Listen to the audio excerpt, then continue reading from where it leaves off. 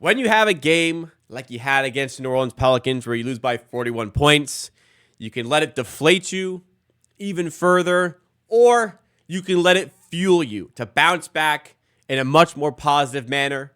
And even though the Raptors lose this one, 121-13 to the Pheonix Suns, you felt the bounce back here, and you saw a team that was hungry to get things right, to rectify things, and put out a good performance, and that's exactly what they did today. Let's break down everything that you need to know about this game in tonight's post-game show.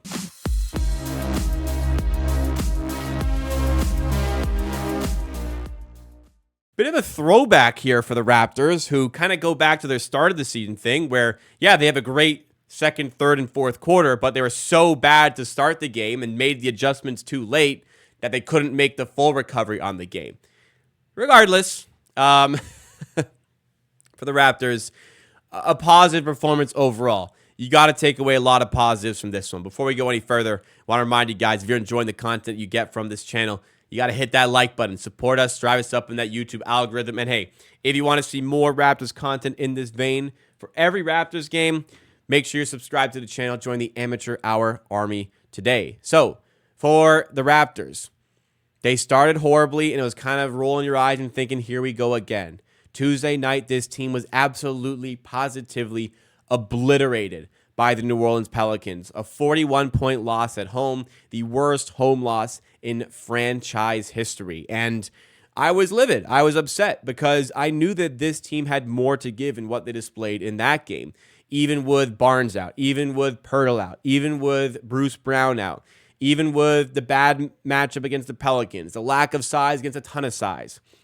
All valid reasons to lose a game of basketball, but no valid reason to lose a game by 41 points. And I kept preaching that this team was better than what they showed there. I know they're not very good, but they certainly are not 40-point loss bad. And they rectified things in the second, third, and fourth quarter here because things started out on the wrong foot here. Another case of the Raptors getting the game plan wrong out of the gates and making the adjustments too late.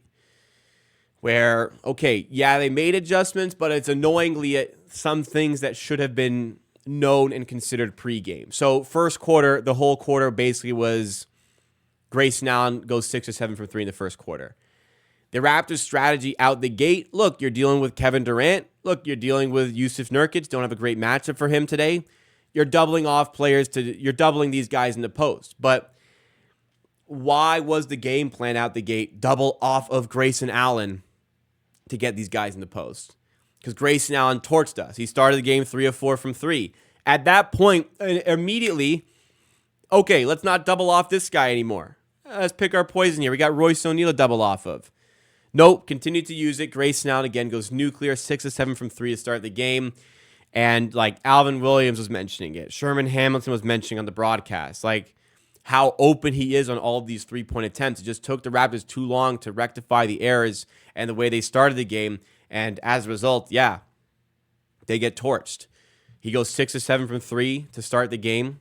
And the Raptors put themselves in a massive hole. Down 39-25. And at one point, it got to 44-25. And it was just feeling like, okay, they're really just going to let this happen again? But no. Adjustments made defensively. They got a lot more disciplined. Rotations improved. They weren't doubling off of Grayson Allen as much as they were earlier on in the game. And offensively, the team stepped up on top of that. Offensively, Gary Trent had a big game. The Raptors were shooting the 3-ball extremely well tonight. Very good sight to see. Manuel quickly wasn't his best from 3, but produced some excellent numbers. RJ Barrett, a really nice night shooting the 3. And I think a catalyst to the Raptors recovering here was a big portion of the game against the Pelicans was dominated by horrific lineups. Horrific lineups with no defense and the dreaded 4-bench plus 1 starter lineups. Today, Darko staggers minutes. Doesn't go at all with 4+1 lineups. In fact, only really goes 8-man deep tonight. Jordan Nwora got 3 minutes in this game. He was horrible in those 3 minutes, so Darko doesn't go back to him. So we do a lot better here with staggering minutes. We do a lot better adjusting defensively. I wish they would have come up with the better game plan defensively to start the game and not put themselves in a hole here. But considering the situation with this team, yeah, I can accept a loss like this. You're missing Pearl. You're missing Barnes. You're missing Bruce Brown. You're playing away from home.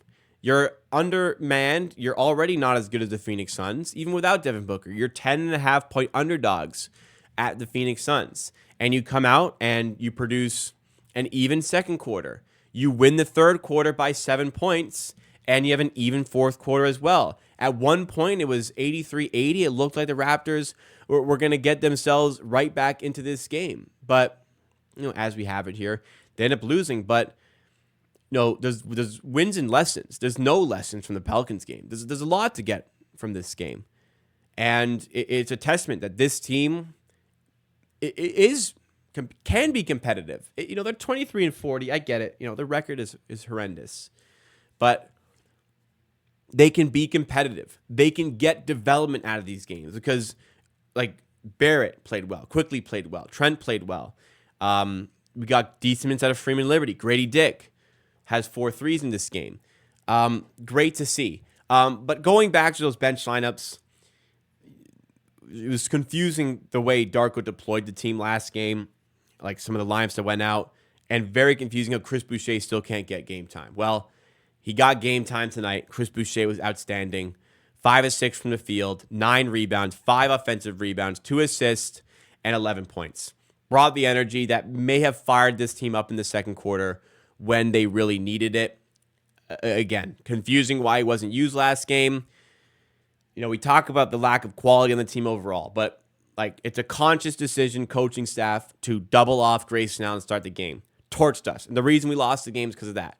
Last game out, no defense on the bench lineups. It's a conscious decision to give Chris Boucher a DNP. So, there are certain things that the players, aren't really good at, and stuff needs to improve there. But some of the things schematically, game plan wise, could also stand to improve from a coaching perspective. Today, they improved second quarter onwards, 100%.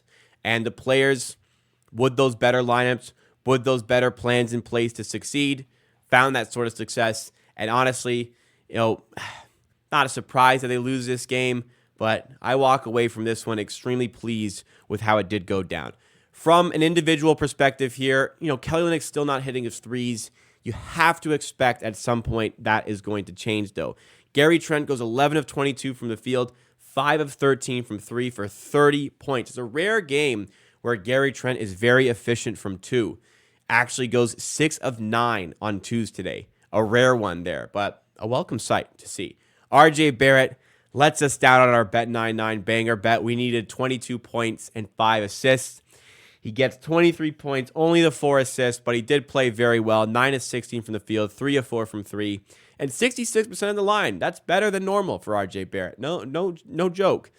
Emmanuel Quickly was the performer of the night. 9 of 17 from the field. Only goes 2 of 7 from 3, but 21 points. And my God, 17 assists for Emmanuel Quickly. I gotta feel as though that's a career high, but I gotta check. 9 rebounds as well. He was very close. Oops. Very close. Sorry, I'll give Adam a clean cut here for the clip. Very close to a triple-double. Very good. Abaji is kind of the blemish on the night. Didn't play well. Had chances. Did not show up, really. On the bench, Boucher was outstanding, as I said. Grady Dick goes 4 of 10 from 3. Could have been better, but still learning. And I'll take 4 made threes by my guy, Grady Dick, rocking the jersey today. Freeman Liberty does well in his minutes. Goes positive, in fact, +2 in his minutes. Defended well. Played hard. That's what the team needs right now. And again, very, very impressed with how the team fought back to get themselves in this game. They're not going to win out shooting you, especially the Pheonix Suns. The Phoenix shoot 51% from the field, 43% from 3. But can they outwork you? And can they play marginally less and keep in the game? Yes. 46% from the field, 36% from 3. But even with the size disadvantages, the Raptors had 7 offensive rebounds in the second half compared to 2 by the Suns. Early on, it was bad, but they rectified it. Turnovers. The Raptors forced 16 and score 27 off those turnovers. They only commit 11 and allow 14 off of their own turnovers. Raptors get 48 points in the paint compared to 40 by the Suns. Like, they're not gonna beat you by talent, but can they out hustle you, outwork you, and keep in a game like that? Yes, this team absolutely is capable of doing that. This team is absolutely capable of being competitive. So I don't want to like have these conversations on Twitter or see in my comment section all these people saying like, what do you expect? The Raptors are bad and they're missing two of their best players. Like, what do I expect? I expect competitiveness. I expect hard work. And I expect a reasonable game plan. And, you know, when you get the culmination of all three, the Raptors from the second quarter onwards, Raptors won this game. They outscored, starting from the start of the second quarter, the Raptors outscored the Suns by 7 points. Like, this is what this team is capable of. I know Booker isn't here, but we were 10.5-point underdogs regardless. Like you're not going to convince me this team is just going to roll over and get blown out every single game.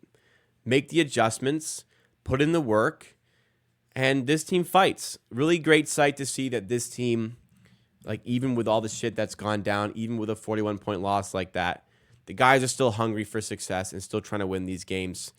An admirable trait for this Raptors team.